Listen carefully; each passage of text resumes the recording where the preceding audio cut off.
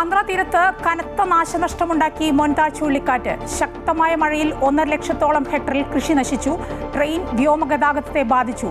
ചുഴലിക്കാറ്റിന്റെ തീവ്രത കുറയുന്നു.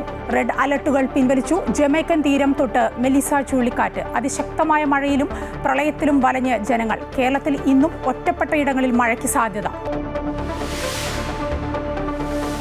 PM ശ്രീ വിവാദത്തിനിടെ നിർണായക മന്ത്രിസഭായോഗം ഇന്ന്. അനുനയ നീക്കത്തിന്റെ ഭാഗമായി ക്യാബിനറ്റ് യോഗം വൈകുന്നേരത്തേക്ക് മാറ്റി. CPI മന്ത്രിമാർ വിട്ടുനിൽക്കും. അവൈലബിൾ CPI സെക്രട്ടേറിയറ്റ് യോഗം രാവിലെ. UDFന്റെ സംസ്ഥാന വ്യാപക വിദ്യാഭ്യാസ ബന്ദ് ഇന്ന്. നെതന്യാഹുവിന്റെ നിർദ്ദേശത്തിന് പിന്നാലെ ഗാസയിൽ ആക്രമണം നടത്തി ഇസ്രയേൽ.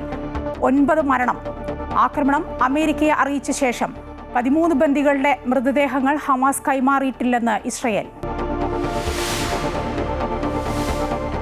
ശബരിമല സ്വർണ്ണക്കൊള്ളക്കേസിൽ മുരാരി ബാബുവിനെയും ഉണ്ണികൃഷ്ണൻ പോറ്റിയെയും ഒന്നിച്ചിരുത്തി ചോദ്യം ചെയ്യും. ശബരിമലയിൽ എത്തിച്ച് തെളിവെടുത്തേക്കും. തിരുവിതാംകൂർ ദേവസ്വം ബോർഡ് യോഗം ഇന്ന്.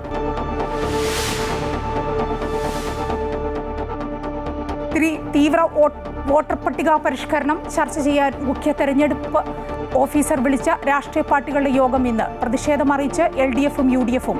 ജില്ലകളിൽ യോഗം വിളിക്കാൻ കളക്ടർമാർക്ക് നിർദ്ദേശം. തദ്ദേശ തെരഞ്ഞെടുപ്പ് ചർച്ച ചെയ്യാൻ സംസ്ഥാന തെരഞ്ഞെടുപ്പ് കമ്മീഷൻ വിളിച്ച യോഗവും ഇന്ന്.